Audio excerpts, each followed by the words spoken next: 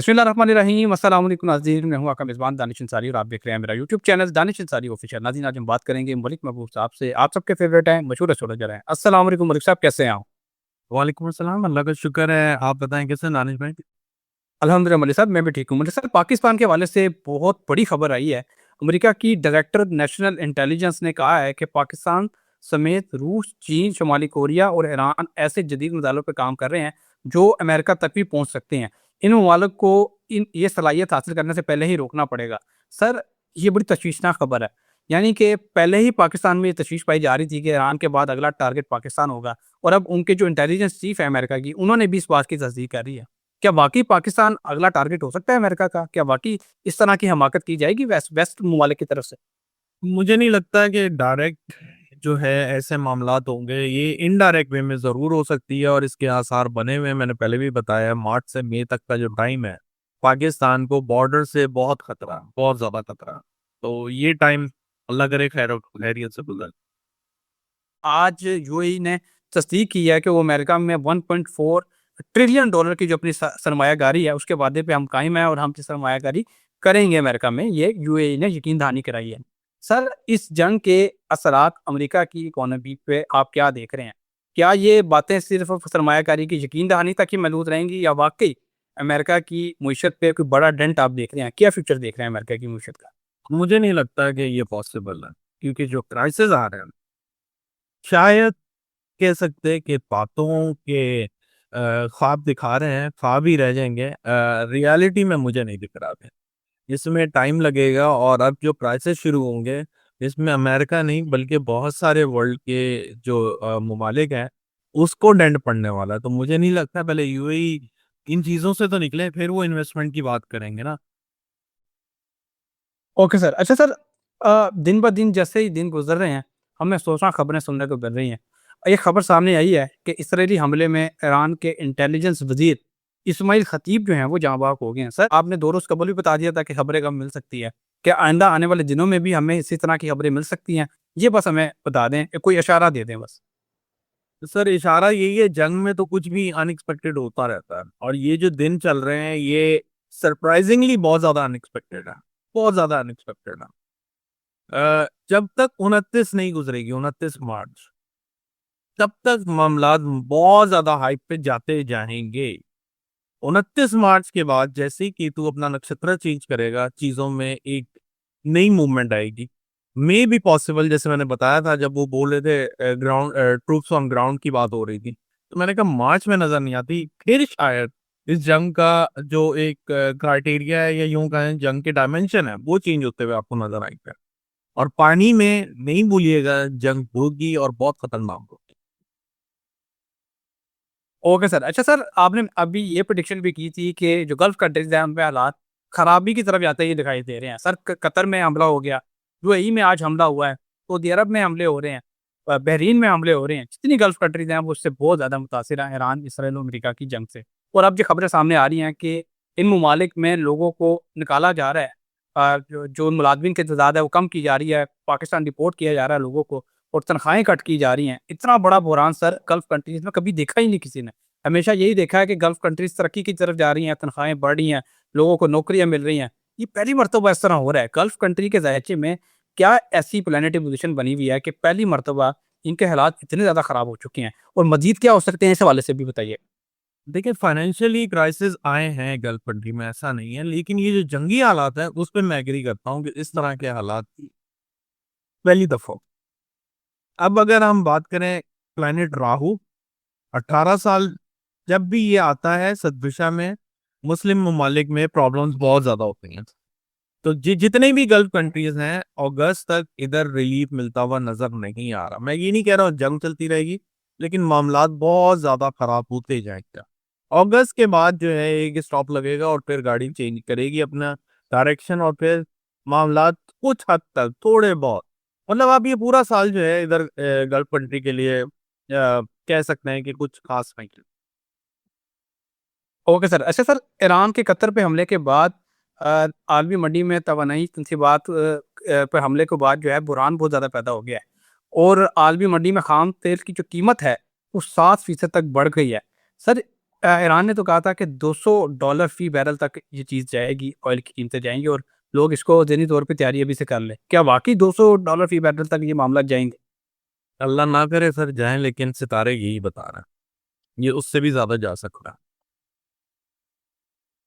तो सर उससे उसकी वजह से जो बहरान पैदा होगा दुनिया में, इलेक्ट्रिसिटी का बहरान और एनर्जी का बहरान जो पैदा होगा, उसके क्या नताइज निकल सकते हैं? कौन से इलाके हैं दुनिया के जो सबसे ज़्यादा मुतासिर हो सकते हैं?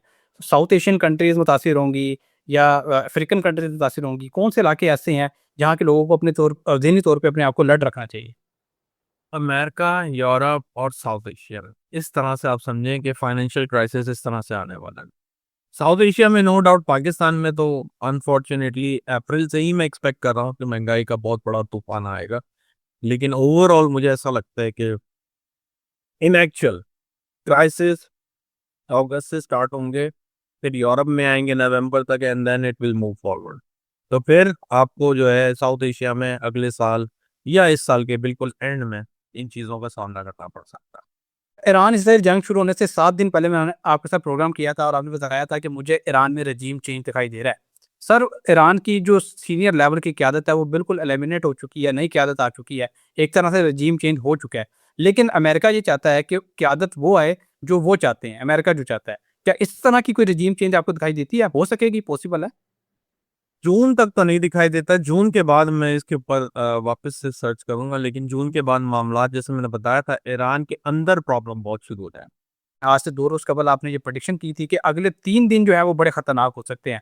पहले दिन जब आया तो हमने देखा कि अली लारजानी जो हैं वो ईरान की बड़ी शख्सियत, कौमी सलामती कौंसिल के सरबराह, वो जो हैं जाँ बाहक हो गए। फिर आज एक बड़ी अपडेट ये आई है कि ईरान ने हमला किया है कतर के एलएनजी जहाँ से प्रोड्यूस होती है उस जगह पे हमला किया है और बताया जा रहा है कि 5 साल के लिए जो अरब की 17% एलएनजी पैदा करने की जो सलाहियत है, वो ईरान ने ख़त्म कर दी है। जिसके बाद डोनाल्ड ट्रंप ने कहा है, उन्होंने कहा है कि अगर ईरान ने कतर पर फिर हमला किया तो खतरनाक हद तक जाने से नहीं हिचकिचाऊंगा। सर, लास्ट टाइम जब इराक ने हमला किया था कतर पे और बड़े हिस्से पे कब्जा कर लिया था, तो वेपन ऑफ मास डिस्ट्रक्शन का बहाना बना के अमेरिका ने पूरे इराक को तबाह कर दिया था। इस मरतबा भी सिचुएशन सेम टू सेम वही होती जा रही है। तो सर, मजीद आप क्या देख रहे हैं? अभी 2 दिन तो गुजर गए, हमने कहा था अगले 3 दिन खतरनाक हैं और इन्हीं 2 दिनों में हमने बहुत बड़ी डेवलपमेंट्स देखी हैं। जो आइंदा आने वाला दिन है उसमें क्या हो सकता है? क्या बड़ी डेवलपमेंट हो सकती है? उस हवाले से काइंडली हमें बताइएगा। देखिए, अल्लाह करे खैर व आफियत का हो, क्योंकि कल यहाँ पे ईद है और मेरे ख्याल से 20 मुमालिक यूरोपियन और अमेरिकन और जो भी इस रीजन में आते हैं उधर ईद मनाई जाएगी। और मेरी तरफ से सबको ईद मुबारक एडवांस। लेकिन जो मामलात हैं, दुनिया के हालात हैं, वो ऐसे ही दिख रहे हैं कि अभी इनमें शिद्दत बरकरार रहेगी। जहाँ तक मुझे लगता है कि अगले एक दिन और मजीद खतरनाक हो सकता है, और अल्लाह करे ऐसा ना हो। और अब जो है हम इस जंग के तकरीबन एक मैक्सिमम पेस की तरफ दाखिल हो चुके हैं। यहाँ से जो टाइम है वो ज़रा खतरनाक होगा। आई नो मैं बहुत ज़्यादा डेंजरस बातें कर रहा हूँ, लेकिन ये चीज़ें नज़र आ रही हैं मुझे। अनफॉर्चुनेटली राहु और मर्क्यूरी बिल्कुल सेम डिग्री पे तकरीबन कंजंक्ट करके आगे पीछे होंगे। उसके बाद इन चीज़ों में चेंजेस आना शुरू होंगी। मार्स ऑलमोस्ट इसको क्रॉस कर गया, लेकिन जैसे मैंने बताया कि इनके असरात तब तक रहते हैं जब तक वो साइन चेंज नहीं करता है। तो अभी साइन चेंज नहीं हुआ है, अभी सेम ही साइन है, सेम साइन में तीनों प्लैनेट ट्रांजिट कर रहे हैं। इस वजह से ये शिद्दत अभी मुझे जारी रहती हुई नजर आती है। Okay sir. अच्छा सर, आपने ये प्रेडिक्शन की थी जब ये ईरान जंग शुरू भी नहीं हुई थी और सिर्फ अपने इनिशियल स्टेजेस पे थी, जब पहले दिन हमला हुआ था 28 फरवरी को। आपने ये बताया था इस जंग में अमेरिका का भारी नुकसान होगा। सर, आज एक और खबर सामने आई है कि ईरान ने 16वां त्यारा F-35 त्यारा, 16 जहाज़ हैं, फाइटर जेट्स हैं, दुनिया के जदीद 3 फाइटर जेट समझे जाते हैं और जिस पे अमेरिका को बड़ा गरूर और वो भी एतमाद भी है। सर, 16 जहाज़ अब तक गिराए जा चुके हैं और आज रात एक जहाज़ गिराया गया है, वो भी F-35 था। सर, अमेरिका का इतना सारा भारी नुकसान हो रहा है, उनका एक त्यारा बरदार जहाज़ ही अपने पोर्ट की तरफ वापस जा रहा है, उसमें खराबी पैदा हो गई है। आपने ये पहले कैसे प्रेडिक्ट कर दिया था? आपने ऐसी क्या प्लानिटरी पोज़ीशन देखी थी? क्या एस्पेक्ट्स देखे थे जब आपने बताया था कि अमेरिका को भारी नुकसान हो सकता है? क्या वजह आप बताएँगे इसकी? इसकी वजह बहुत सिंपल है। मैंने आपको बहुत सी दफ़ा बताया है, और वो यही है कि ये जो वेस्ट में ममालिक हैं, अफ़गानिस्तान और ईरान, इनके जो 7th हाउस में एस्पेक्ट्स हैं और जो प्लैनेट बैठे हुए हैं, वो इस तरह के हैं जिससे इनके सामने जब भी कोई दुश्मन आएगा, उसको मुँह की खानी पड़ेगी। आप देख लें अफ़गानिस्तान की हिस्ट्री देख लें, फिर आप ये ईरान की हिस्ट्री देख लें, ये है। ये कोई-कोई चीज़ें ऐसी होती हैं ताकतवर कि उनके सामने बे इसमें ये नहीं है कि सिर्फ़ अमेरिका का नुकसान होगा, ईरान का भी बहुत बड़ा नुकसान होगा, इसमें दो राय नहीं है। लेकिन अगर आप देखें एक्चुअल में, तो एक इतने बड़े कंट्री की इतने लेवल पे नुकसान होना बहुत बड़ी बात कहलाई जाती है। और ये इसी वजह से हो रहा है क्योंकि जो 7th हाउस है, 7th हाउस वीक होता है तो जो जिस कंट्री में जंग लड़ी जा रही होती है, उनके ऑपोज़िशन वालों को नुकसान होता है। और इसी वजह से मैं अभी से आपको बता रहा हूँ कि जून-जुलाई तक अल्लाह ना करे अगर ये जंग चलती है, तब तक ईरान का पलड़ा भारी ही रहेगा। ये बात याद रखिए।